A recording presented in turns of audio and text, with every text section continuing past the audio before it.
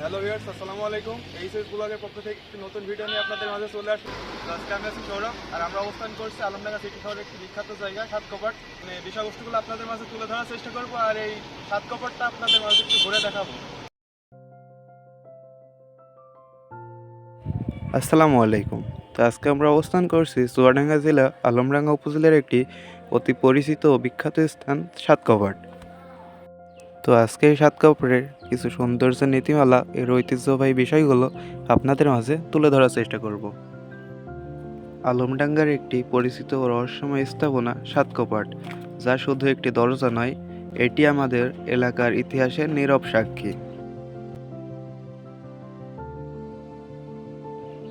এই সাত কপাট মূলত নির্মিত হয়েছিল জল নিয়ন্ত্রণ ও নিরাপত্তার উদ্দেশ্যে।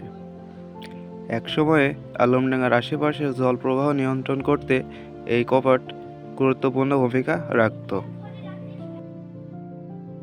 কিন্তু এখন সময় বদলেছে। আজ এই সাত কপাট শুধু একটি ঐতিহাসিক স্থাপনা নয়, এটি এখন আলমডাঙ্গার অন্যতম দর্শনীয় স্থান।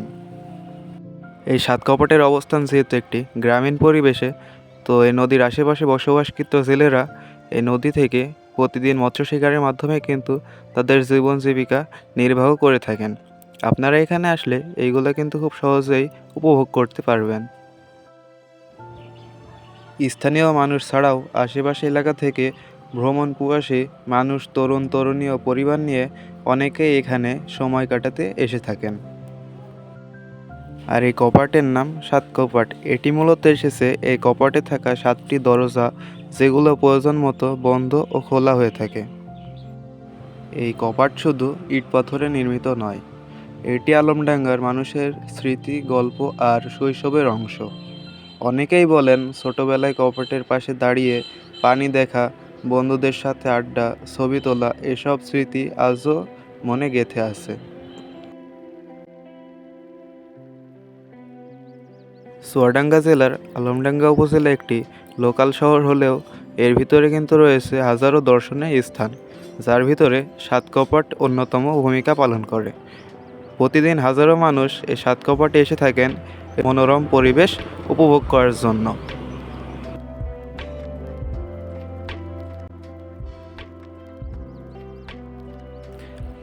আপনার অবস্থান যদি হয় চুয়াডাঙ্গা জেলার আশেপাশে, আর আপনি যদি মনোরম পরিবেশ উপভোগ করার জন্য কোথাও যাওয়ার প্ল্যানে থাকেন, তাহলে আমার কাছে মনে হয় এই সাত কপাটটি হবে ছোট শহরে আপনার জন্য শ্রেষ্ঠতম একটি দর্শনীয় স্থান। আর এই সাত কপাটের ঠিক পাশেই রয়েছে কৃষকের সবুজ শস্য ক্ষেত।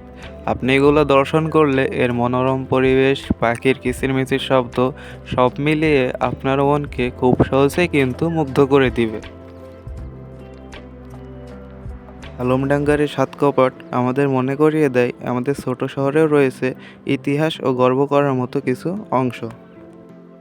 তো আপনি যদি কখনো এই স্থানটি পরিদর্শন করে থাকেন, তাহলে আপনার অভিজ্ঞতা কমেন্ট বক্সে বলতে ভুলবেন না। তো আজকের ভিডিও এই পর্যন্তই। সকলে ভালো থাকবেন। আল্লাহ হাফেজ।